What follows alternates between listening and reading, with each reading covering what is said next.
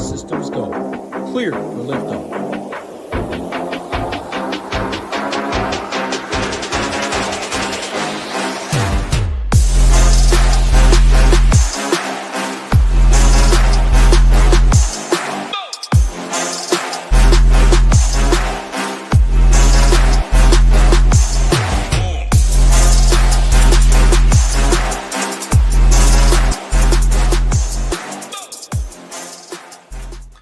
What's going on, everybody? Happy Thursday afternoon, Friday to many, Saturday morning maybe for some. We don't have early fights like last week, 4 or 6 p.m. Eastern, 4 p.m. my time. We're in Sydney, Australia this week. That means we have a live crowd. That means maybe some hope cooking for some of these hometown fighters. Curious to hear your thoughts. Sorry we went live a couple minutes late. I think we have a solution. We're working with a little technical difficulties. I'm Big Marley's end. He can't figure out some audio stuff. His mic is perfectly fine. He just can't hear me. However, with all that being said, I think we got it. I have him on the phone line, so he can hear me through what I'm saying on the phone. I can hear him, and everyone else can hear him through the mic. So at least he knows what I'm saying, and hopefully it should be a seamless transition. I don't know. We brainstorm over here. Hopefully it works out. I think it should. Big Marley, how are we doing today? Yeah, hopefully it works out. It feels weird, but hopefully I will get used to it and we can knock this out and hopefully profit on this pay-per-view. But I mean, not my favorite of pay-per-views, but 13 fights, as long as we can keep all those, I think it's a pretty decent DFS card. 2 title fights, can't complain about that. I think you got to be pretty all in on both of them too. So aside from that, I think you can mix and match how you want, try and think of ways to get different, but I'm probably gonna make a rule to be 100% on those 2 title fights.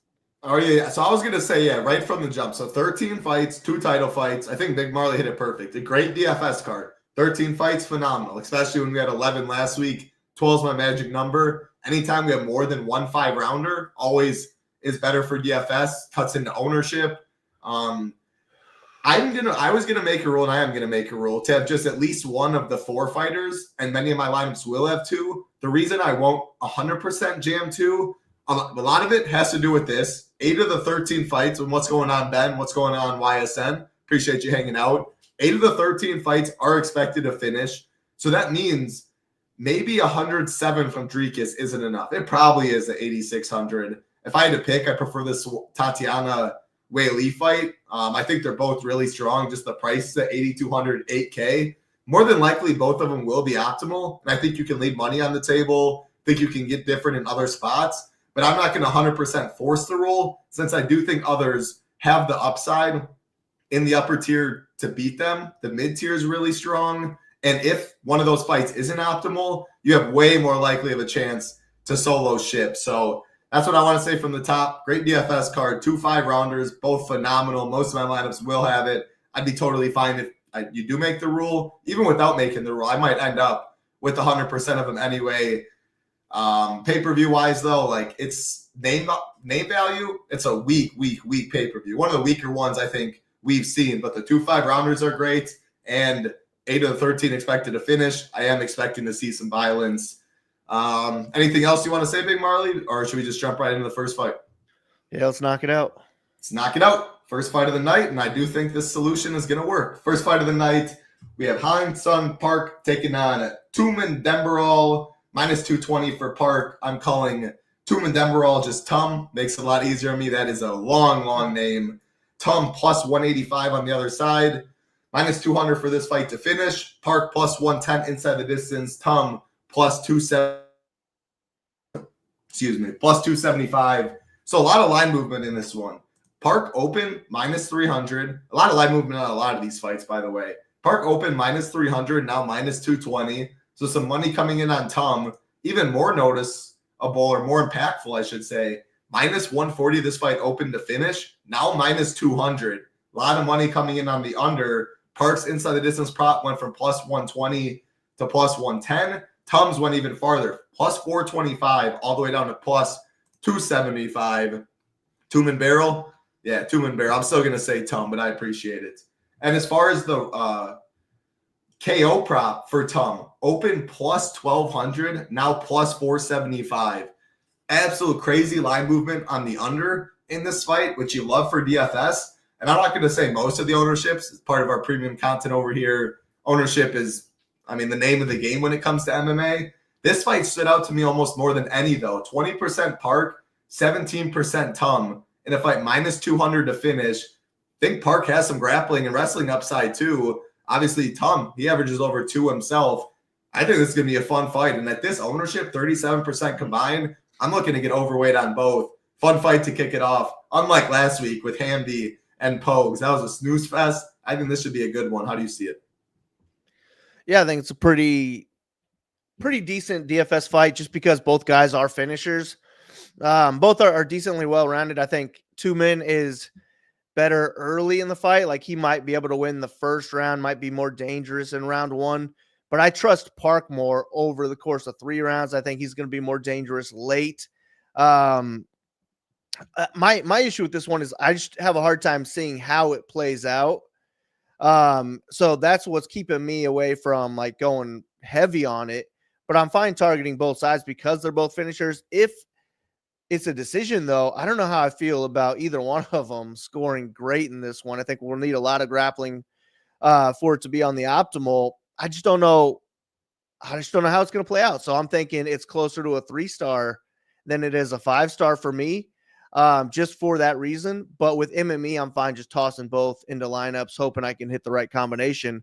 Hand building, it's a little more tough to get to these guys, in my opinion, though. I'd rather click on names I feel better about, especially not in the first fight, where for me lately, it's like I have somebody in the first fight and I'm dead right away. So let me just avoid it this week and hope that this one goes to decision. If that's the case, I think Park wins, scores in the 70s, and it won't matter.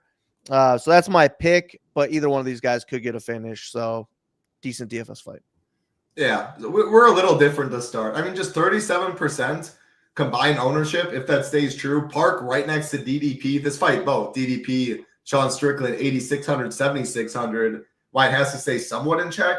100 more than Park is Matthews. I prefer Park. He has a way better inside the distance prop. Santos, 200 more. I prefer Park. He has a better inside the distance prop. Kevin Jousset, 300 more. Park has a better inside the distance prop. So right there, easily you can play a Park team, leave 300. If Park gets a finish, which again is plus 110, the unders hit, you can build a Salicod team at 9,600, drop it down to Park at 8,700. Those are things I will be doing in lineups that I'm playing both 5-round fights, which again, I do want a lot of them. I'd rather leave heaps of salary and play both 5-rounders than not play one of the 5-rounders and then leave $0 with like something else to make you difference. Again, I really think they're going to be optimal. I'm going to have some lineups like that probably in my portfolio. But again, I'd be fine playing both 5-round fights. And if that's the case, forcing money, leaving money on the table is one way I will be looking to get difference. Also, another way, playing just really low-owned fighters. You could look at our projected ownership, play some fighters less than 15% owned is also a way to get different. But if you are playing both 5-round fights, leaving money is hot, which a lot of people will be. Leaving money is one way to get different doing so. And all of them will eat into, last thing about that before we get to those fights later, because all of them are like, that's a close fight, is it Dricus or Weili and Suarez, almost a pick 'em. Dricus, Strickland, minus 205, 175. Ownership is good. Like, they're going to eat into each other's ownership. We don't have any of them above 50%. I wouldn't be surprised if Dricus got a little above 50%. Maybe Suarez, but regardless, they themselves will all cannibalize their ownership to make it where if you pair, like even a Suarez DDP, people will have Strickland, Weili, where I do think it makes it even more viable to play 2 5-rounders. It's not like we have Islam and Moicano as one of them where everyone's going Islam, no one's playing the other side. People will play all 4 of those fighters, probably the 4 highest on the slate, which makes it more easy to play both 5-rounders and not get too wild. But yeah, back to this fight, 37%, minus 200 to finish, open minus 140. I will be buying into the line movement and overweight on this fight. What's going on, David? Cloud in here as well. Chin check. Appreciate everyone hanging out. Hope everyone's doing well. Like button, subscribe button. Helps us out a ton. Let's get to the next fight on the card. Biggest favorite, Quillen Salakeld taking on minus 675, taking on Anshel Jubli, plus 475 on the way back. Again, the biggest favorite on the card is Salakeld, minus 190 inside the distance. Salakeld himself, minus 145 to finish. Jubli plus 800. I'm not playing Jubilee in 20 teams or less. This line does feel wide, like a clear dog or pass if I had to bet it.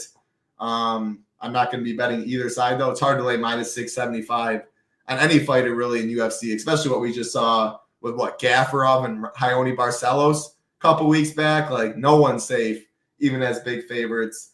DFS-wise, though, he's 9,600. Again, I think I'd rather, if I'm playing both 5-round fights, drop down from Salkilled to a Park right there. You're leaving $900. That's a way to get different. I can see similar upside. Minus 145 solid, not the best on the card. Round 1 plus 250. That's pretty good. Also think he does have some wrestling, grappling upside. So he's still my preferred play. I'm not playing Jubilee. He'll be in the pool. But if you go Salkilled and then 2 of the 5-round fights and you don't leave much money, I mean, that's kind of holding hands is what you're looking at. I think you'd have to mix in a low-owned fighter after that. But how do you see this one? Yeah, dog bark. Oh, man, Mike Breeden. That Breeden-Jubilee fight was one of my favorite fights ever. Just straight up dog in every single way. That was awesome. Yeah, I like both sides of this fight. I think Jubilee's pretty good. I mean, he was dominating Breeden until he got barked at. And I watched some of this Salkilled's film, man. No barks, not a single bark. So I don't know. I think Jubilee's a little live here. But Salkilled landed 9 takedowns in his Dana White Contender Series fight. Had 81 significant strikes too. That's just the kind of pace I love to see. I don't know that he can do that against Jubilee here. I think the line's a little bit wide too. I don't love the $9,600 price, but anyone that's willing to go for 9+ takedowns is going to be making my DraftKings lineup. So I'll toss both guys into lineups. I just moved it to a 4. I might move back to a 3. I'm in between the two. I'm not sure where it'll settle at, but I like both sides of the fight. I think Jubilee's super in play at 6,600. He could mix in takedowns. He can strike at a decent pace too. And if Jubilee wins, he's going to pay off that salary. That's for sure. And I think he has 90+ upside as well. But overall, I think Salkilled gets the win. Maybe just doesn't pay off that salary. So I think there's probably better fights to target overall, but I'll have them both in my lineups. Makes a lot of sense. I'm not going to still go the Jubilee in 20 teams or less. I did mention, though, if I was playing 150, maybe if I've been playing like 50+ this week, I think all 26 fighters are very much in play for their own reasons. If you're playing like a Jubilee, I would 100% play both 5-round fights. You don't need to leave as much money. He's going to be low owned. Whereas if you're fading all the lower ownership stuff and playing 2 5-rounders, that's when I'd be more inclined to leave money. Just the game theory roster construction that is the sport of MMA. Talk about it a lot in our MMA education video, which can be found under more education. You can see all 5 sports, MMA. Big Marley and I talk for an hour and a half. MMA is as game theory as it gets. You can know nothing about MMA and be the best MMA DFS player in the world. That is what this game. I compare it to NFL Showdown, NBA Showdown, kind of in between that. It's a dupe game at the end of it. And we have a good card that you don't want to be holding hands with 40+ people when it's all said and done, at least in my opinion. Let's keep it rolling. Next fight on the card. Not one I like too much in terms of DFS. Kevin Jousset taking on Jonathan Mikalev. Minus 240 is Jousset. Jonathan plus 205, plus 100 for this fight to finish. Jousset plus 140 inside the distance. Jonathan plus 550. You have it as a 2-star. Yeah, I guess I'm going to throw it to you on this. How do you rank Jousset? I'm getting a little ahead of myself, but it's one of my main questions I had for you. Jousset, 9K. Gabriel Santos, 8,900. Jake Matthews, 8,800. And now I'm looking at the stars. It seems like you're in the same boat as me. You don't love them much. But if you had to rank them, how do you rank them and then break this one down? Yeah, I don't really love them. I'm going to say Jousset's my favorite, so he'll be up top. The other two are similar. I feel like Santos has a higher ceiling than Matthews, but I'm picking Matthews to win and I'm picking Santos to lose. So spoiler alert. Cool. So I guess I'll say Matthews and Santos. Cool. I like it. Thoughts on this fight? You don't like Jousset much. I won't really have too much. How much Jonathan will you have as a dog? It looks like he's going to want to wrestle and grapple, but Jousset in his judo, I don't even know if he's going to have any success doing that. And on the feet, can Jousset get a finish? He's plus 145, but even a second-round finish of that tag might not be enough. I expect some big scores up top. Yeah, I think Giuseppe's the better striker here, a little more dangerous on the feet too. My what's his name? My Caliph, Jonathan. Mikalik, whatever is Jonathan. Jonathan. Yeah, Jonathan. He's kind of a sloppy striker, but he is a wrestler who will continue to wrestle. If he fails an attempt, he'll go for a second one and a third one. I like that about him. And if he does win this fight, I think he'll probably put up a decent score because it'll probably have to come mainly through the ground. But you mentioned Giuseppe's judo. I don't know if Jonathan can have that success, and I don't think he can fall back on a striking game plan, especially to have any kind of real ceiling. So Giuseppe just has more ways to win the fight. So I like him a little bit, but more so as an ownership play. Like if the rest of my lineup is a little bit chalky, I'm cool throwing Giuseppe in there.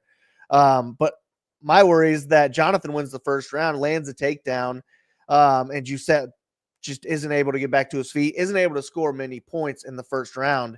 And then if he wins the second and the third, even if he finishes in the second or the third, he's almost priced too high where it's too late at that point. So he can't lose the first round, in my opinion. And that's why I have it as a 2-star, because I think that's super likely to happen. But it's just an ownership play for me either way. Giuseppe in chalkier lineups, and then Jonathan, just a live dog who won't have too much ownership, but has the potential to put up a big score. I 100% agree with all that. And like Giuseppe, if I play him, it'll be in chalkier lineups for sure.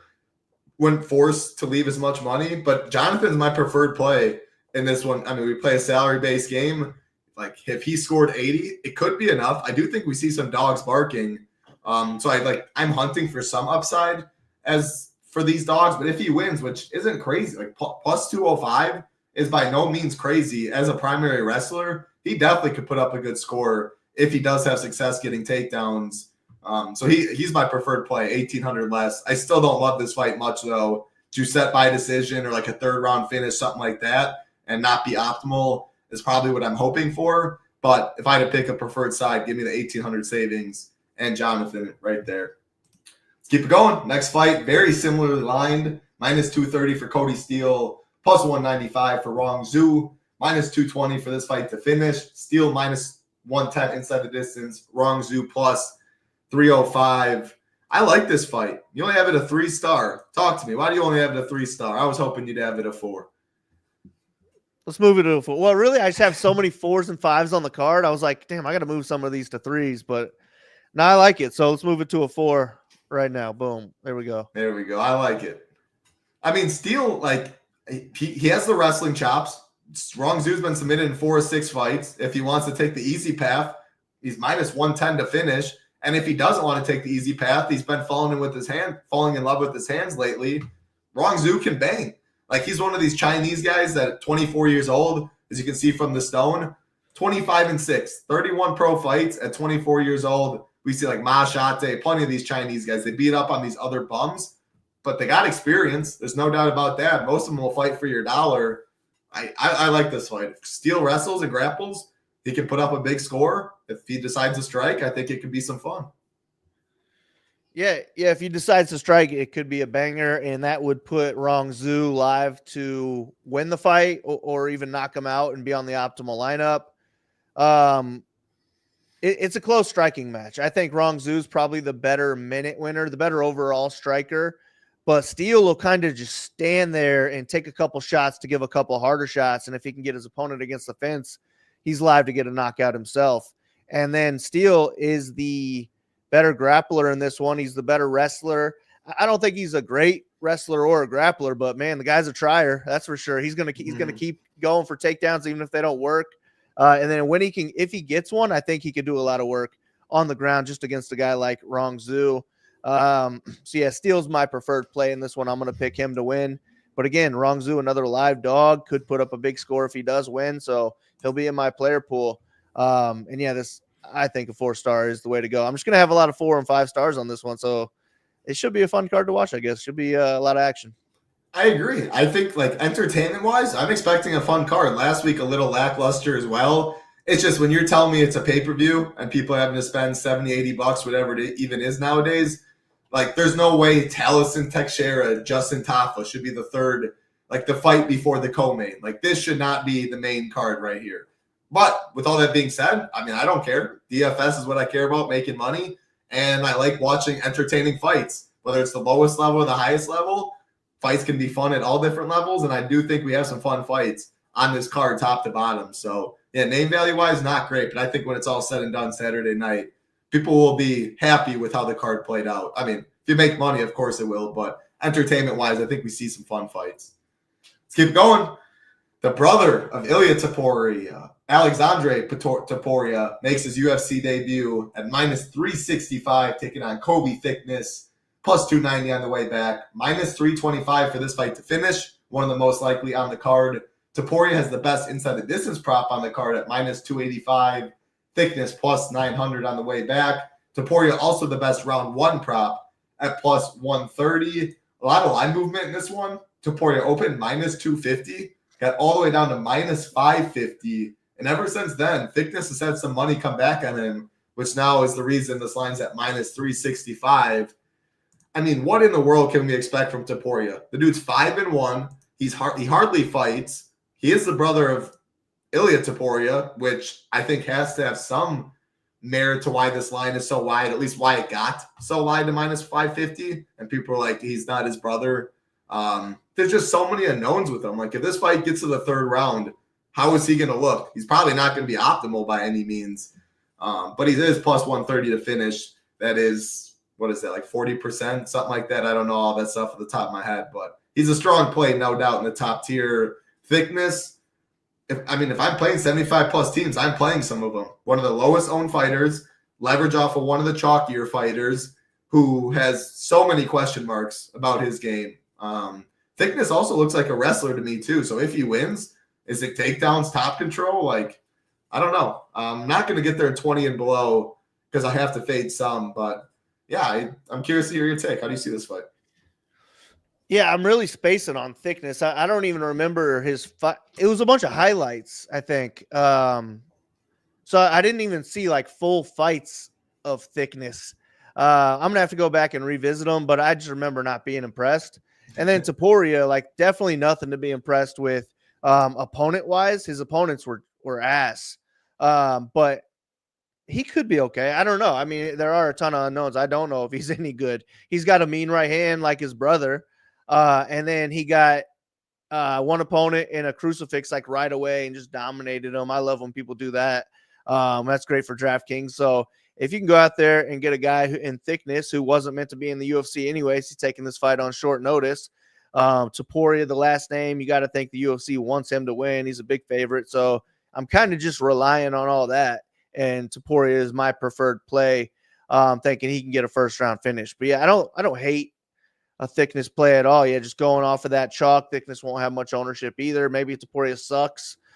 So not a terrible idea to get some Thickness in there, but I'd rather get Jubilee personally. I think Jubilee's like proven that he's a decent fighter, where I don't really know that Thickness is. It would just be more targeting against the unknowns of Topuria.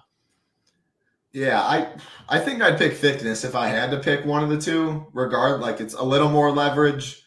Regardless, I don't love both, but at ownership, like again, I'm going to play a good amount of teams this week. I think it's a great DFS card. Contests are good. So I very well might be playing all 26 fighters. Then I've also looked at, wrote it up in the slate plan. A lot of sharp people that I do respect. When they play a lot of teams, they play every single fighter. Like it's part of your portfolio. Those low-owned fighters, you get on different roster construction. You can do different things. If you're playing a Thickness, you can easily play both 5-round fights. You can lose like $100, $0, 200. That is the way you're getting difference. Thickness is how you get different in the chalkier stuff. Again, whereas if you don't play any fighter below 14%, then you should be getting different in another way, leaving salary, fading some of the chalkiest, etc. Okay. Chin Check MMA likes Thickness by sub. I mean, if Topuria can't get him out of there early and he gasses, saw Rio's NBA still going on. Saw Rio's thing in Discord. If he gasses, who knows? Like anyone, Rodolfo Vieira, Anthony Hernandez back in the day. The second Rodolfo had nothing in the tank, it's just free money, free points, and they rack up in a hurry. So yeah, interesting fight right there. Probably still not going to play thickness in 20 and below. I could change that, though. Everything will be updated and live on the site tomorrow. Slate plan for myself, fight rankings, Big Marley, tier rankings, core report, projections, ownership, etc. Let's keep it going to the second biggest favorite on the card and your least favorite fight, 1 star. Wang Kong taking on Bruna Brazil, minus 400. Wang plus 300 is Brazil, plus 125 for this fight to finish. Wang plus 145, Brazil plus 800. I'm with you. Like, give me Salkill, give me Taporia, give me Cody Steele, give me Han Sung Park and leave the money. Like, she's Wang Kong, just a striker, primary striker. Probably needs a first-round knockout at this price to even have a chance at the optimal. And I believe she scored like 104 against Demopolis in her debut or something. Just missed the bonus, but I don't think 104 is enough on this card. Plus 375 in round 1. I will say, she is a way that you can get different on this card. I'd rather get different in other ways personally. Yeah, 4 stars on Bruno Brazil? 5 stars? 5 stars. Are you playing her? Or that just shows how much you hate the Wayne Kong side. Yeah, just shows that I hate the fight. If I was going to play this fight, it's going to be Brazil. It's just a like technical kickboxing match really on both sides, which is never good. You need Kong to get a first-round knockout. And 125-pound women, that's just not something I'm looking to bank on. So I'm going to X Kong out of my player pool. If she gets a knockout in the first 30 seconds, I'm not buying the pay-per-view. So that's going to be my path to going.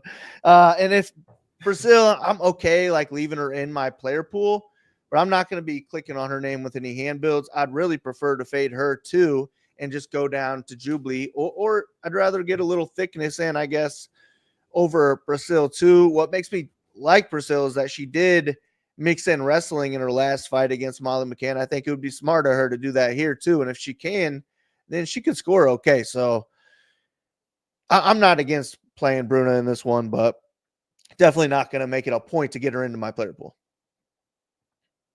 I agree with you. She's with the fighting nerds. You like to see that. Fighting nerds have been really good. Wayne Kong just got upset at like a minus 130 favorite or whatever. I think this line a little wide, but I still need upside. Like, I want upside from dogs. I'd rather play others than a plus 300 Brazil, I think. So, like, to be honest, I think I'd rather thickness. The reason for that, you're getting way more leverage off of the other fighter. You're not getting any leverage off of Wang. So, yeah, I'm going to fade that fight in 20 and below. What's up, Easy Bets? How we doing? We do have a fun card ahead. Appreciate you hanging out. Let's keep rolling. Next fight, Striker's Paradise, and this one should be some fun. Slavaklaus Borshev taking on Tom Nolan. Minus 115 Borshev. Minus 105 is Nolan. Minus 325 for this fight to finish. Borshev plus 120. Tom Nolan plus 160. I literally have no clue. I've gone back and forth on who I've picked in this one. I'm like, Tom Nolan, highly touted, disappointing to start in the UFC. Borshev just got dropped by Chase Hooper, though. If someone were to go to takedowns, I think it's Tom Nolan, but we haven't seen that. He's a lot taller, 4 inches in height, 4 inches in reach. Definitely has that tall man's defense, though. Blocks punches with his face, and his chin isn't really one that can take too many from the looks of it. And when Borshev gets downhill and gets his combos going, he is a nasty striker for sure. Yeah, you're on the Borshev side by the look of it. I still have no clue. What kind of led me to preferring Borshev in DFS was the round 1 prop. Like, they're in the mid-tier. The mid-tier is loaded. Borshev plus 275. Nolan was plus 450, 425 when I looked. Now back down to 400. So the little plus 125 in Borshev's favor, I think makes me slightly prefer him. But for the Nolan side, you can plug any Borshev lineup, drop Borshev down to Nolan. It'll maybe get you a little different, maybe 8 dupes down to 4, something like that. I have no clue. What I do know, I'll be playing this fight, though. I do think someone goes to sleep by the end of it. Yeah, decent fight to play either side of because of that. I think Nolan more in play for the knockout, just kind of going on that the narrative that Hooper can knock down Borshev, why can't Nolan type thing. But man, watching Nolan against Alex Reyes, that whole fight, I was like, God, you piece of shit. I have like 40% of my lineups on you. I was just so pissed watching that whole fight. And I think Borshev is just a way better overall striker, more technical striker, more tools, can mix them together better. So I'm picking Slava Claus on this one for sure. If I'm going to be overweight to either one of them, it's going to be him. That's kind of how I see it going, is I'm overweight to him, underweight to Nolan. But for me, it's closer to a 3-star than a 5-star because they are both strikers. If it's a decision, even right there in the mid-range, I don't know that they're going to score great. So I think we're relying on the knockout almost on either side, I think, to have a 100-point upside, which is probably what we're going to need on this card. So depends on how much you like that, but minus 325 to inside the distance. That's why I got it as a 4-star. Under 1.5, minus 115. It's pretty tasty for sure. The problem is a second-round knockout might not be enough. Like, you take it any day, but the mid-tier is loaded. This isn't technically mid-tier, 85 set, but great fight. Could be technically in the mid-tier. Mid-tier fight, one of the best fights on the card. Mid-tier fight, minus 600. Mid-tier fight, minus 220. Like, the mid-tier is loaded. You need big scores there. So 90, probably not enough. I mean, I don't know. When it's all said and done, I think we see big boy scores for sure. Under 1.5, though, both these guys do throw good volume. See that for Nolan, over 5 for them both. So I'm definitely going to be playing some of this fight. But with how strong the mid-tier is, I'm going to be playing all those guys in the mid-tier. Who knows when it's all said and done what ownership I'll have with both. If I had more Nolan, I'd be fine. If I had more Slava, I'd be fine. Next fight on the card, we hinted at a little bit earlier. Gabriel Santos taking on Jack Jenkins. Minus 225 Santos. Plus 190 is Jack Jenkins. Plus 135 for this fight to finish. Santos plus 260 inside the distance. Jenkins plus 340. Not a fight I love, and it doesn't look like you do either. I don't know. I guess Jack Jenkins has been finished in all 3 of his losses. Santos has some power, has some wrestling upside. I think Jack Jenkins is a solid fighter, though. The hometown guy, I like his calf kicks, has some wrestling himself. I do think Santos more likely to have success with offensive takedowns. The thing is, he's expensive. He has to beat a lot of guys in the top tier. I think he can, because I think it'll be a decently high-paced fight, but not what I'm banking on. How I'd rank those, the Giuseppe Santos Matthews, I had Matthews last, and I wasn't sure between Giuseppe Santos. Like, I thought Santos maybe had more upside. Inside the distance prop does not agree with that, though. I'm going to have a little bit. I'm going to cap it. I do think, though, Santos is the way to get different. Jenkins will be pretty low-owned as well. How do you see it?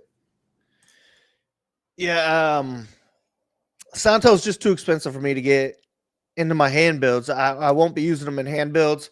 I won't knock him out of my player pool for MME, but I'll be underweight to him. I think he deserves to be the favorite because he's more well-rounded. I think he has the wrestling and grappling edge in this one. But he's fighting in enemy territory, and I think Jenkins is – striking could be close, but I probably give Jenkins a slight edge just with his leg kicks and being at home. If he can slow down Santos with the leg kicks and then just kind of feed into the crowd, I think he can really take over this fight. So Jenkins is my preferred play in this one. I'll be overweight to him, underweight, or fading Santos. I don't know if I can just X him out, but if I make my lineups and if I have 150 and it gives me 0 Santos, I'll roll with it. So that's how I see it going down. I think it's going to be a pretty close fight, but at these odds, give me Jenkins. Makes a lot of sense. What do you think Jenkins' upside though is? I'm worried he wins and he scores 72. And again, you take 72 from a dog on every card, I guess. On most cards for sure. If there was a card you don't take it, this feels like one of them. With that, how strong that mid-tier is, you could just see 3 or 4 fighters in the mid-tier get 95. And then there's still live dogs down below. I don't know. 75 might be enough, but what is his upside? That's the one thing I was a little hesitant on. Yeah, it's a good question. I'd say high 80s probably. I wouldn't think he mixes in more than 2 takedowns. He's not a great grappler, but he will mix in wrestling at least. So if he could do that, that'll definitely help him out. But yeah, any live dogs I'm fine throwing into my lineups. I think he has a well, I don't know that he has a better chance of winning than Nolan, but in my eyes, I almost see it that way.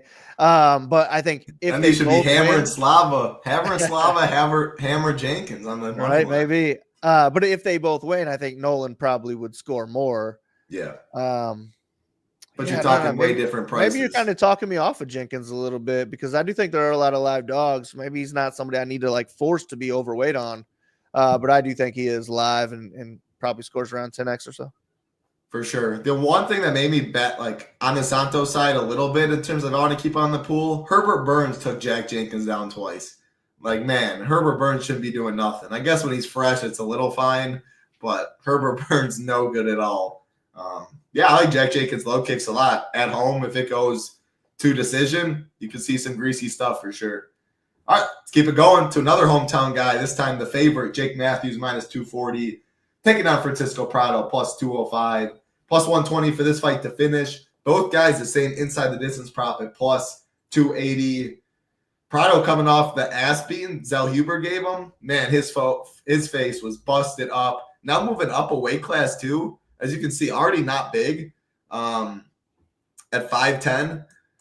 Grown-ass man, though. I mean, he's 22, so I guess he's still kind of a kid. But you look at his stature, he is bulky, he is ripped. He throws heavy, heavy leather. My preferred play is definitely Prado in this one. Like, Matthews is expensive. He's competing with all those guys up top. Prado can land one shot and turn anyone's lights off when it's all said and done. Now, if he doesn't do that, Matthews is the more technical guy, more likely to wrestle. He probably loses the decision, but Prado can land for sure. He'll walk forward. He's not scared. So, yeah, I'm going to go with the dog for sure in DFS as my preferred play. What about you? I'm just okay with either side of this fight, but I'd prefer to not use it than use it. I think Prado's in play for his knockout potential. He's got a high ceiling with the knockout potential, but if he doesn't get the knockout, I don't even think he wins. I think Matthews could win just on points alone in the striking department, but Matthews has a decent ceiling with his wrestling and grappling game. If he just doesn't want to play with fire in this one, go for takedowns. I think he could kind of mop the floor with Prado here. It's just that's not Matthews' style. So I'm not trying to pay $8,800 for something I would like for a guy to do that he never does. So I'm just going to be low on the fight as a whole. Fine mixing them both in. Maybe I'll get around 10 to 15% or so, or 5 to 15%, let's say. I'd be fine with that range. And just if it happens to be on the optimal lineup, hopefully I got something going. I agree. Not a fight I really want to target much, but Prado, a live dog who won't be very highly owned. You need dogs on this card. We play a salary-based game. He is one I will be mixing in, hoping he lands a big shot. Let's keep it going. 4 fights left. All 4 of them. Actually, no. Main event's not supposed to finish, but main event's going to be a great fight. All 4 of these fights should be a lot of fun to finish it off. We got the return. I'll say Rodolfo Bellato, minus 155. The favorite taking on Jimmy Crute. Retired. Now he's back. Plus 135 on the other side. Minus 250 for this fight to finish, which you can see right here. Again, I put these odds on Tuesday so we can track the line movement when I'm reading off the current odds. You can see how they move from Tuesday. Some money on the under, minus 220, now minus 250 to finish. Bellato, minus 105 inside the distance. Crute, plus 265. Take it away. How do you like this fight? DFS, who do you have winning? Great fight, closer to a 5-star fight than a 3-star fight. I just think it could end in the first round either way.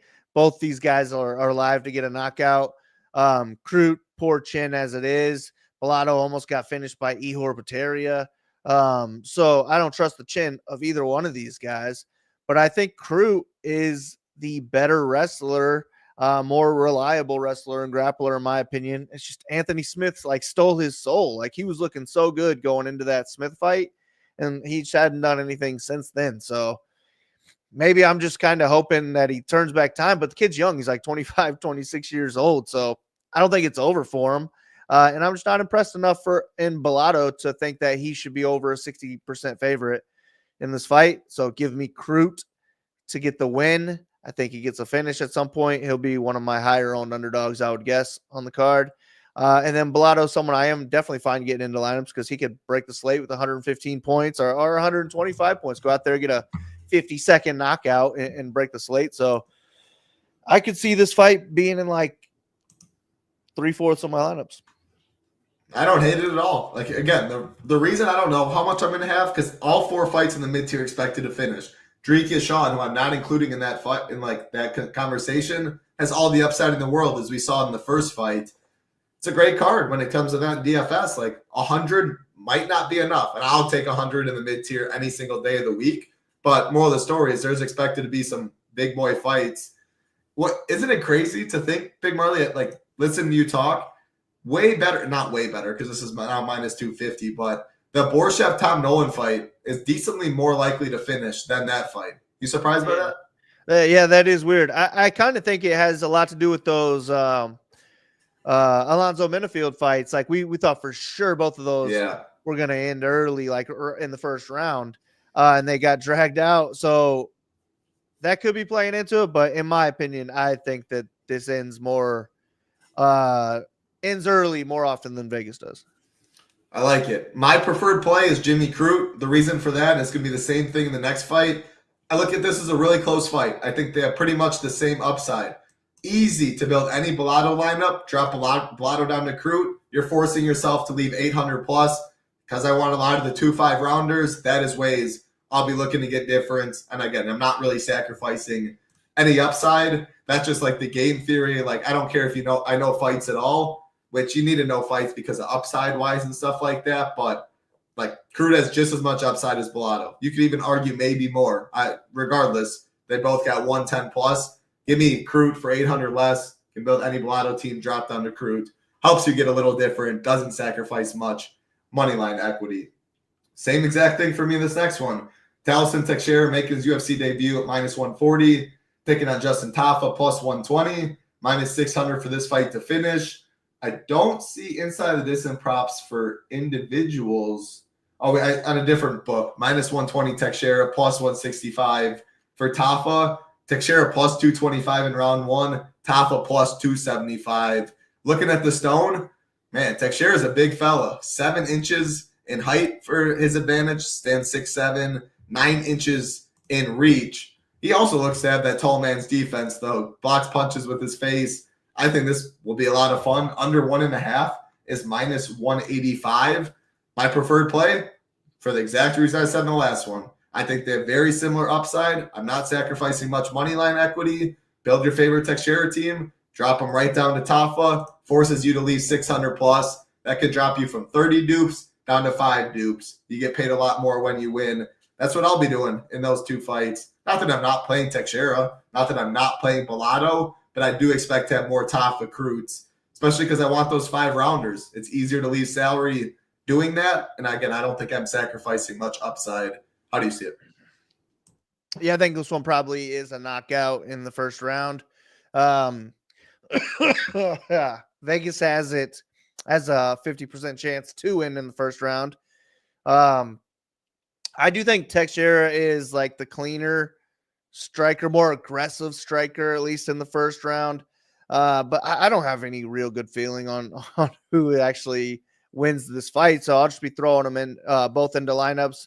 I prefer Teixeira, but if I need to drop down to Tafa, I'm absolutely fine with it. And I'm absolutely fine leaving that $600 on the lineup. I mean, on the table too, just to get a little bit different. Take your favorite Teixeira lineup, duplicate it with Tafa. That's my type of thing to do. So I'll be on both sides of this fight.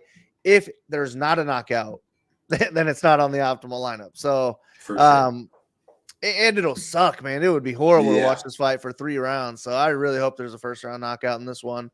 But yeah, my pick is Teixeira. Yeah, I agree. I mean, if it gets out of the first round, it's probably going to bust, and it's probably going to be pretty boring for sure. 2 fights left, Big Marley. 2 5-rounders. This one's going to be some fun. How often do you see a dominant champ like Weili Zhang, one of the best of all time in the division, as the dog? Minus 126, Tatiana Suarez, plus 106. Weili Zhang, minus 145 for this fight to finish.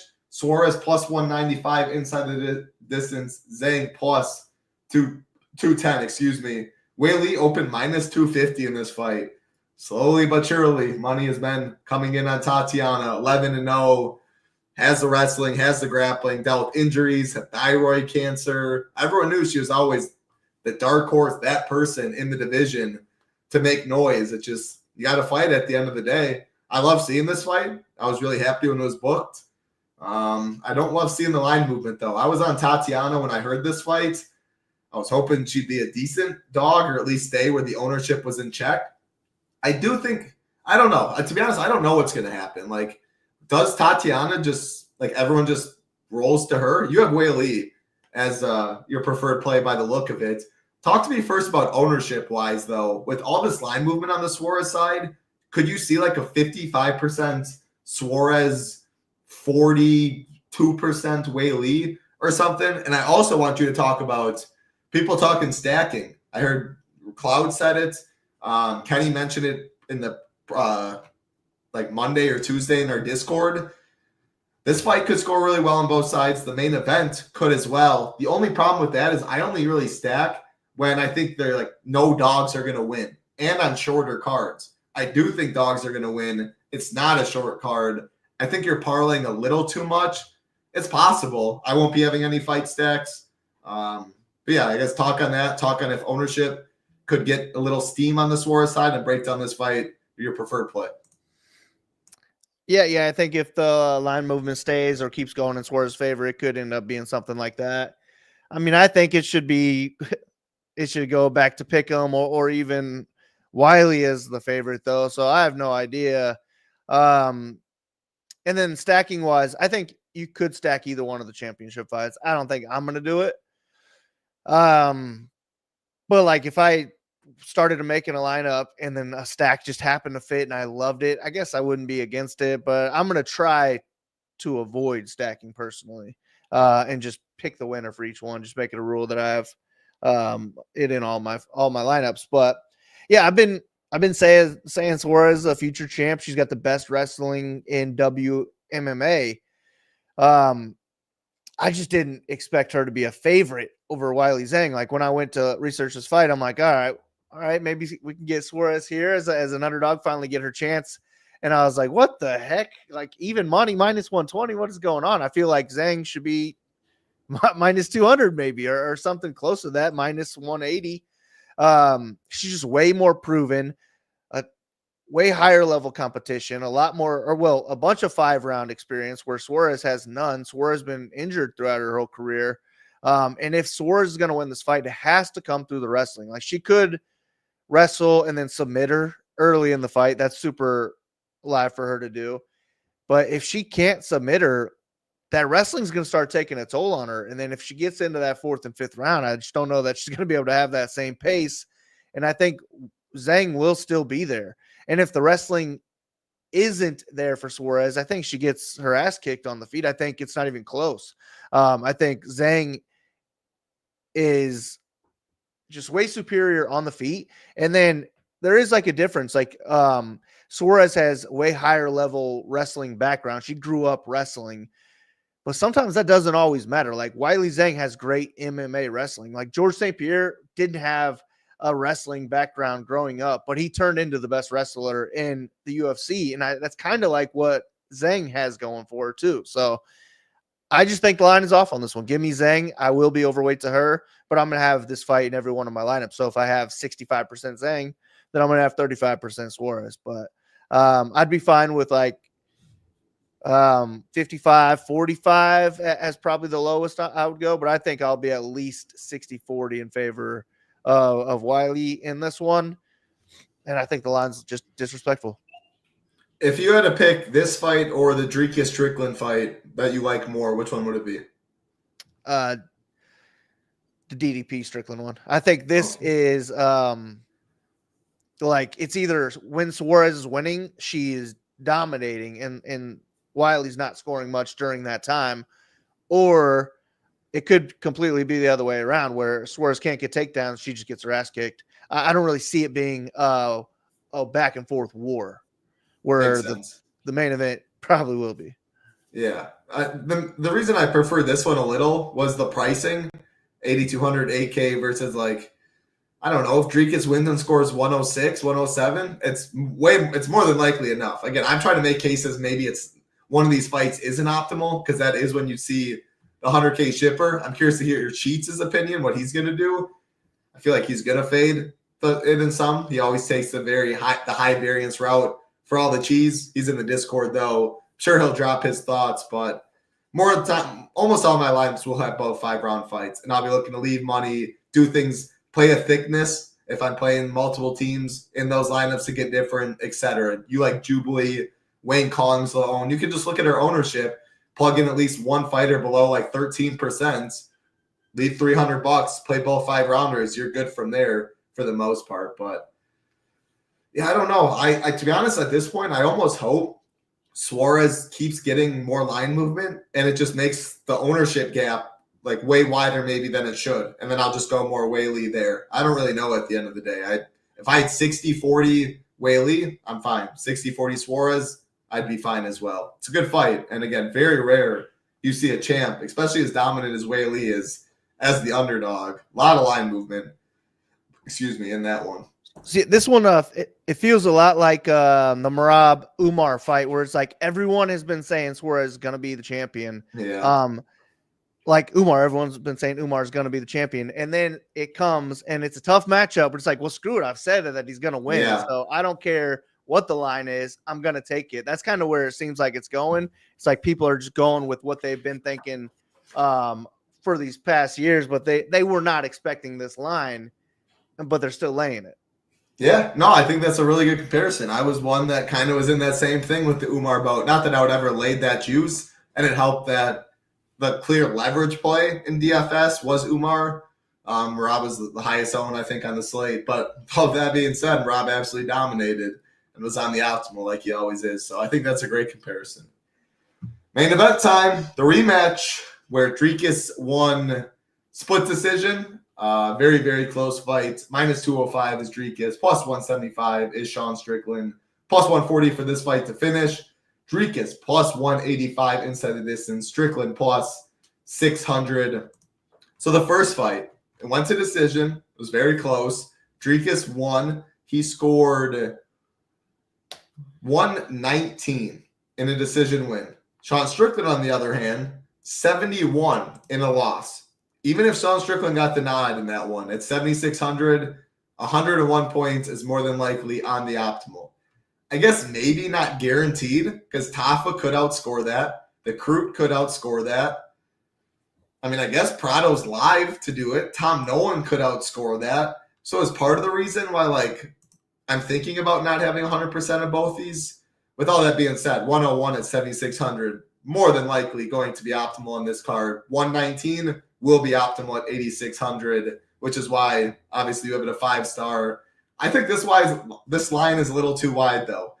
DFS-wise, I don't know. I do think Dricus does get steam, too. So maybe even Shaw's my preferred play there. If they're both the same ownership, I think Dricus maybe would be my preferred play, because when he gets there, he has the wrestling upside. He has the power upside. Strickland has to fight the perfect fight for 25 minutes. Teed kick for days and is jabbed to death.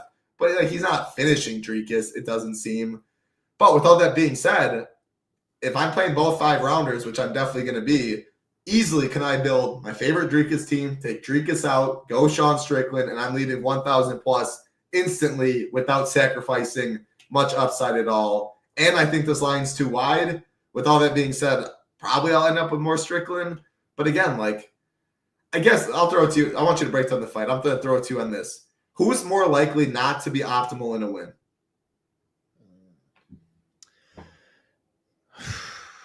Man, That's tough. I, to be honest, even think it might be Strickland. Yeah, maybe. And I don't know. I don't know, though. It's weird. It's weird to say that. I have a hard time seeing the winner not on the optimal lineup, though. So I'm just making a rule. But yeah, I think it's gonna be really similar to the last one, where DDP is the more powerful striker. He's the better wrestler, but Strickland is going to be the pace setter, the one walking forward and just not slowing down over the course of 5 rounds.